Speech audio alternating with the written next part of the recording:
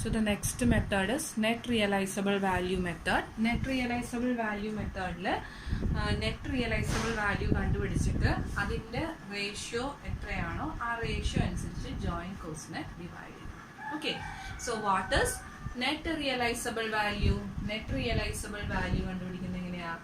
Sales value after further processing minus further processing cost ആണ് net realisable value at separation point എന്ന് പറയുന്നത്. Okay, sales value after further processing minus further processing cost അല്ലേ? അപ്പോഴാണ് separation പോയിന്റുള്ള നമ്മുടെ net realisable value കിട്ടുന്നത്. Further processing ചെയ്ത് കഴിഞ്ഞിട്ട് സെയിൽസ് വാല്യൂ എത്രയാണോ അതിൽ നിന്ന് ഫർദർ പ്രോസസ്സിംഗ് കോസ്റ്റ് മൈനസ് ചെയ്ത് കഴിഞ്ഞാൽ will get the net realisable value. Okay, so ഇവിടെ 4 പ്രോഡക്ട്സ് തന്നിട്ടുണ്ട്. ആ 4 പ്രോഡക്റ്റിന്റെ എത്രയൊക്കെ യൂണിറ്റ് ആണ് നമുക്ക് ഡിറൈവ് ചെയ്യുന്നത് തന്നിട്ടുണ്ട്.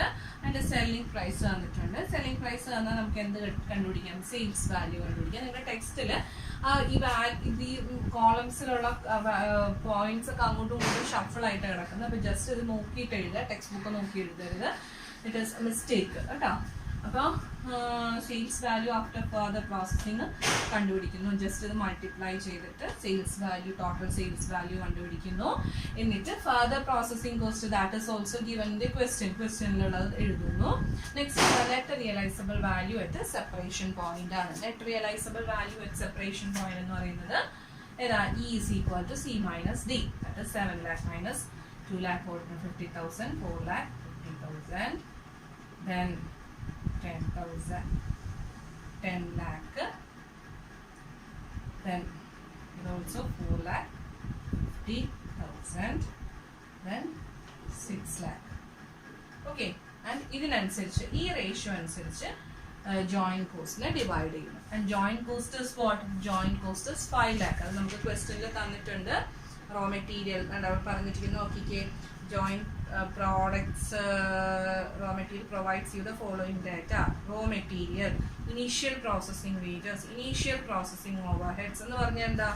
ആദ്യം തന്നെ, അതായത് ഇനീഷ്യലി നമുക്ക് വേണ്ടി വരുന്ന കോസ്റ്റുകളെല്ലാം തന്നെ എന്തായിരിക്കും? ജോയിന്റ് കോസ്റ്റ് ആയിരിക്കും. കാരണം അത് കഴിഞ്ഞിട്ടല്ലേ നമ്മൾ പ്രോഡക്റ്റിനെ ഡിവൈഡ് ചെയ്ത് കിട്ടുന്നത്.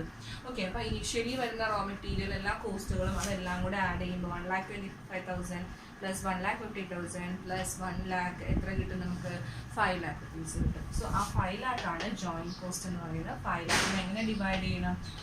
ഇയിൽ കിട്ടിയ value divided by 250. 250 it's what? ഇതിന്റെ ടോട്ടലാണ് 25 lakhs നമുക്ക് വരും. ഓക്കെ, 25 lakhs വരും.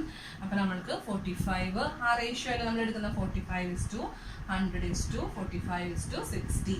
അപ്പൊ ഇതിന്റെ ടോട്ടൽ എത്ര വരും? ഇതിന്റെ ടോട്ടൽ 250 വരും. ഓക്കെ, സോ 250 വെച്ച് ഡിവൈഡ് ചെയ്താൽ മതി. അല്ലെങ്കിൽ 4,50,000 ഡിവൈഡഡ് ബൈ 25 lakhs അങ്ങനെ ചെയ്യുക. ഓരോന്നിനും 5 lakh ഇൻറ്റു ഇതിൽ 10 lakh ഡിവൈഡഡ് ബൈ 25 lakh. ഇതിൽ 4,50,000 ഡിവൈഡഡ് ബൈ 25 lakh. അങ്ങനെ നമ്മൾ ചെയ്യുമ്പോൾ we will get what? We will get the joint cost apportioned in the ratio of net realizable value. Okay.